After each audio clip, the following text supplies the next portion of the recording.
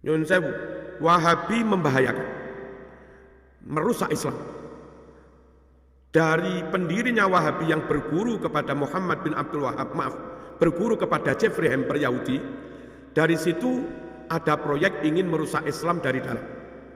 Lalu berontak, bersekongkol dengan Inggris Prancis penjajah. Nyata kalau itu merusak Islam.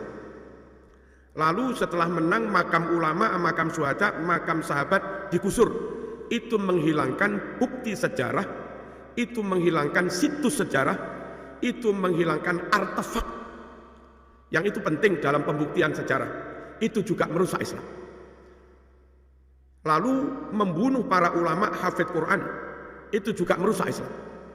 Lalu kitab-kitab dirampas, dimusnahkan, itu merusak Islam. Dan setelah kitab dimusnahkan, diterbitkan kitab Sahih Bukhari baru yang sudah dikurang-kurangi, itu juga merusak Islam.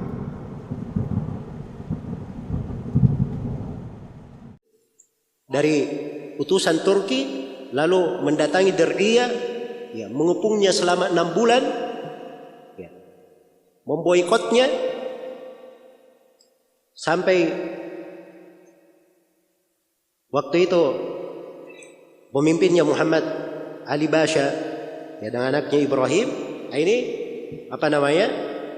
menawarkan, ya, agar supaya setiap kepala dari orang-orang yang bertauhid di Diriyah ini itu dihargai dengan $6. Ya. Maka disebutkan terkumpul 5.000 orang di depannya untuk hal tersebut. Dan ini ada kisahnya di dalam bagaimana mereka memerangi ahli tauhid. Jadi di situ mulai dipopulerkan. Siapa yang mulai mempopulerkan Wahabiyah ini? Nah, itu kalau dilihat di dalam sejarahnya, ya, datang dari sebagian orang-orang Inggris yang memberikan kabar gembira kepada Al-Basha ini bahwa, ya, sebentar lagi kalian akan menghabiskan orang-orang Wahabi. Ya. Nah, semenjak itulah istilah ini menjadi apa? Menjadi populer, dipopulerkan oleh mereka. Jadi kata Wahabi ini bukan berasal dari syekhnya sendiri, bukan berasal dari saudaranya, tapi dia dipopulerkan oleh siapa? Orang-orang Turki Utsmani yang notabene mereka ini, apalagi di akhir pemerintahan Turki Utsmani itu penuh dengan kesyirikan, ya, kerjaan mereka ziarah, mengagungkan kuburan dan sebagainya. Ini tidak menerima dakwah Syekh Muhammad bin Abdul Wahab. Jelas ya? Jadi ini asal usul dari mana kata Wahabi itu dan siapa yang mempopulerkannya. Baik, sekarang muncul pertanyaan, ya, kalau begitu apa akidah dan dakwah Syekh Muhammad bin Abdul Wahab? Ya, apa sebenarnya akidah dan dakwah Syekh Muhammad bin Abdul Wahab itu? Ya, ini yang harusnya dibahas. Ya, harusnya dibahas. Jadi kalau mau adil di dalam menilai, jangan pakai nukilan-nukilan. Ya, ada yang berkata begini, Wahabi itu begini, Wahabi itu begini, Wahabi itu begini. Buku-buku Syekh Muhammad bin Abdul Wahab ada. Sampai hari ini tercetak dan tersebar ke seluruh penjuru dunia.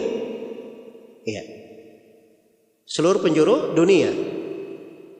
Murid-murid beliau juga yang mengambil ilmu darinya itu ada. Buku-buku mereka juga ada. Buku-buku mereka ada. Hingga hari ini terpelihara dari karya-karya tulisnya. Nah, sekarang kalau ingin mengkritik, ya, ambil kritikan dari buku-bukunya. Di mana dari buku-buku beliau yang perlu dikritik? Ya. Apa kesalahan-kesalahannya? Tunjukkan dari buku-buku beliau. Adapun Syekh Muhammad bin Abdul Wahab sendiri, beliau telah menulis keyakinannya. Beliau telah menulis akidahnya. Ya. Di antara akidah beliau yang masyhur adalah akidah yang beliau tulis kepada penduduk Qasim waktu itu. Kepada penduduk Qasim. Ini dicetak ya dalam sebuah risalah. Ada di dalam Durarus Saniyah juga. Iya. Dan ini dari akidah yang masyhur ditulis oleh beliau. Ya. Dan akidah yang beliau tulis ini kepada penduduk Qasim itu kalau dicocokkan dengan akidah para ulama yang pernah tertulis, tidak ada yang menyelisihi dan tidak ada perbedaan. Ya. Kita baca buku-buku akidah. Ya. Kita baca akidah Imam Al-Auza'i, akidah Ibnul Mubarak. Ya.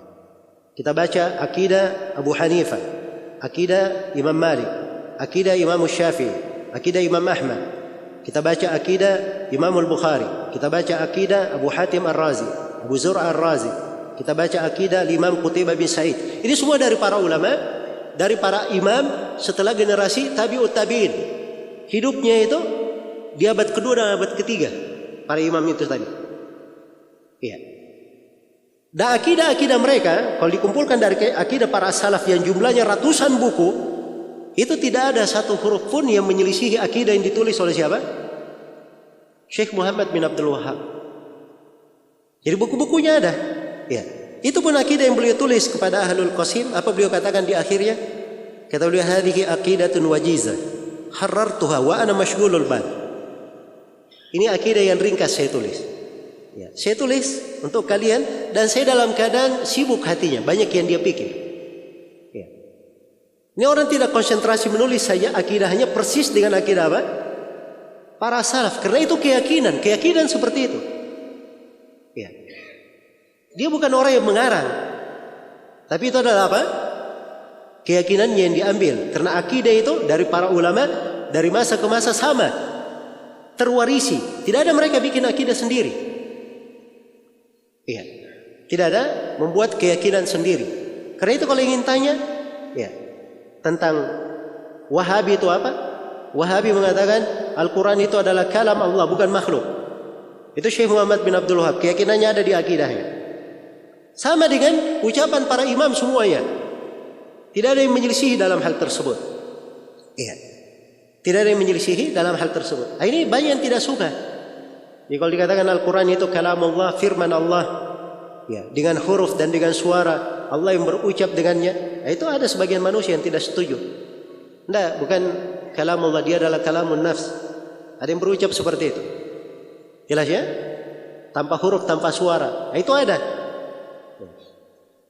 Jadi kalau dia tidak setuju, ya ini Wahabi. Ya. Padahal ini akidah ada di apa? Keyakinan para imam yang sudah ada sebelumnya. Ini satu contoh ya dari keyakinan.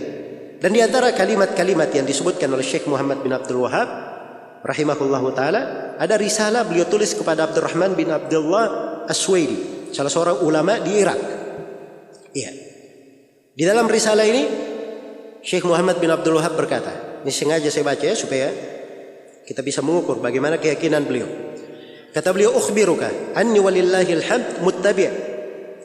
Saya beritahu kepada engkau bahwa saya alhamdulillah adalah seorang yang mengikuti, walastu bimubtadi', dan bukan orang yang membuat agama baru.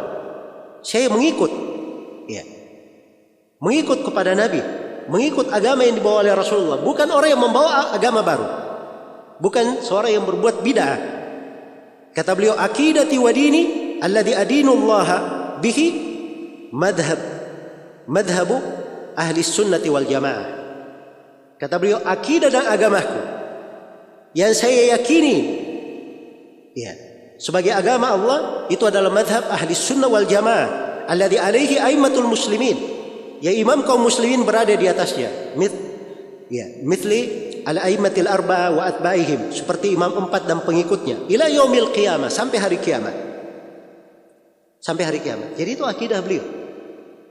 Beliau tidak pernah keluar dari jalannya para a'immah. Karena itu beliau katakan dia tidak keluar dari jalannya para imam kaum muslimin, seperti imam 4 dan yang mengikutinya. Ya. Dan terlihat di dalam keyakinan akidah yang beliau tulis itu adalah keteguhan dan kekokohan di atas ilmu. Ya. Orang itu kalau dia bingung akidahnya akan diketemukan di buku ini dia berucap begini, di buku sana dia berucap apa? Berucap lain. Tapi ini tidak. Beliau teguh dan tegar di atas hal tersebut. Jadi itu agama beliau. Ya, tapi yang menjadi masalah, kenapa beliau dipermasalahkan? Syekh sendiri terangkan. Saya dipermasalahkan kenapa? Lakinni bayyantu linnas ikhlasad dini lillah. Karena saya terangkan kepada manusia kewajiban mengikhlaskan agama karena Allah. Wa nahaituhum an da'watil ahya'i wal amwat minas salihin wa ghairihim. Dan saya larang mereka jangan berdoa kepada orang-orang yang hidup ataupun orang-orang mati dan orang-orang salih maupun selainnya. Ya. Maksudnya di sini orang yang mati itu jelas ya, tidak boleh berdoa. Tapi orang yang hidup maksudnya pada hal yang tidak ada yang mampu kecuali hanya Allah Subhanahu wa taala. Dan saya juga kata beliau melarang an isyrakihim fima yu'badullahu bih, tentang kesyirikan yang dikerjakan dalam ibadah kepada Allah, minad dzabh wan nadhr, apakah dalam bentuk menyembelih, nadar, tawakal, sujud, ya dan selainnya, yang hal-hal yang merupakan hak Allah tidak boleh ada sekutu bagi Allah di dalamnya. Ya, tidak boleh disekutukan dengan malaikat yang didekatkan, tidak boleh kepada nabi yang diutus. Ya. Jadi kata beliau, apa yang saya ajak ini itulah yang disuruhkan oleh para rasul dari awal hingga akhirnya. Dan itulah madhab yang ahli sunnah wal jamaah berada di atasnya. Yang berada di atasnya.